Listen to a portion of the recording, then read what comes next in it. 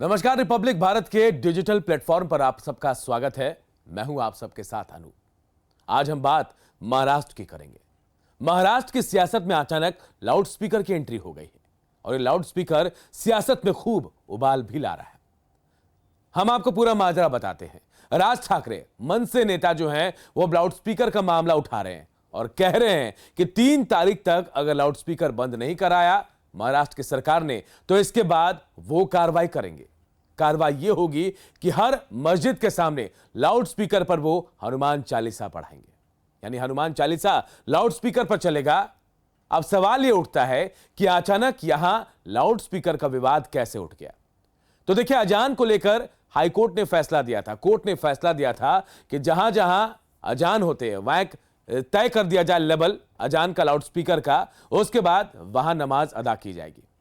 हालांकि महाराष्ट्र में इसे लेकर सरकार ने गंभीरता नहीं दिखाई और अब इसे लेकर राज ठाकरे गंभीर हो गए हैं। जी हां, गंभीर मुद्दा राज ठाकरे ने इसे बना लिया है और इसे राजनीति के पिच पर जबरदस्त उछाल में लेकर सामने आ रहे हैं।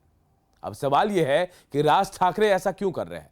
राज ठाकरे की बात कर रहे हैं। अगर सत्ता पक्ष की माने तो सत्ता पक्ष कह रहा है कि राज ठाकरे वही कह रहे हैं जो बीजेपी उनसे बुलवाना चाह रही है। हालांकि हाल के दिनों में बीजेपी से नजदीकियां राज ठाकरे की बढ़ गई है। राजनीतिक करियर की बात करें राज ठाकरे की तो राजनीतिक पिच पर काफी पिछड़ने के बाद, जी हां, काफी पिछड़ चुके थे, हार भी करारी मिली, उसके बाद बीजेपी से नजदीकियां बढ़ गई और शायद बीजेपी को एक बड़ा हिंदूवादी कार्ड राज ठाकरे में नजर आ रहा है। ये वही राज ठाकरे हैं जो कभी प्रधानमंत्री नरेंद्र मोदी को लेकर कई बड़े बड़े बयान देते थे, उनका विरोध करते थे, लेकिन अब उनके बयानों में नरमी आ गई। हाल के दिनों में नितिन गडकरी अचानक राज ठाकरे के घर पहुंच जाते हैं और उसके बाद जो बयान देते हैं वो कई संशय भी पैदा कर रहा था।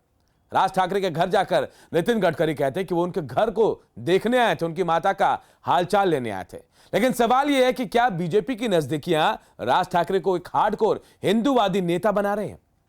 सवाल इसलिए भी उठ रहे हैं क्योंकि सत्ता पक्ष यानी सरकार की तरफ से, महाराष्ट्र सरकार की तरफ से सवाल उठाए जा रहे हैं। संजय राउत भी कह चुके हैं कि राज ठाकरे बिल्कुल वही कर रहे हैं जो बीजेपी करना चाह रही थी।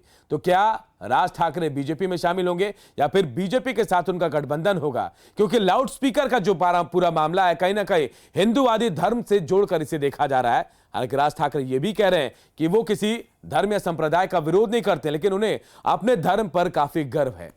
अब जो अल्टीमेटम राज ठाकरे ने दिया, इसे लेकर देखना होगा कि सरकार जो महाराष्ट्र की इस पर कितना गंभीर होती है।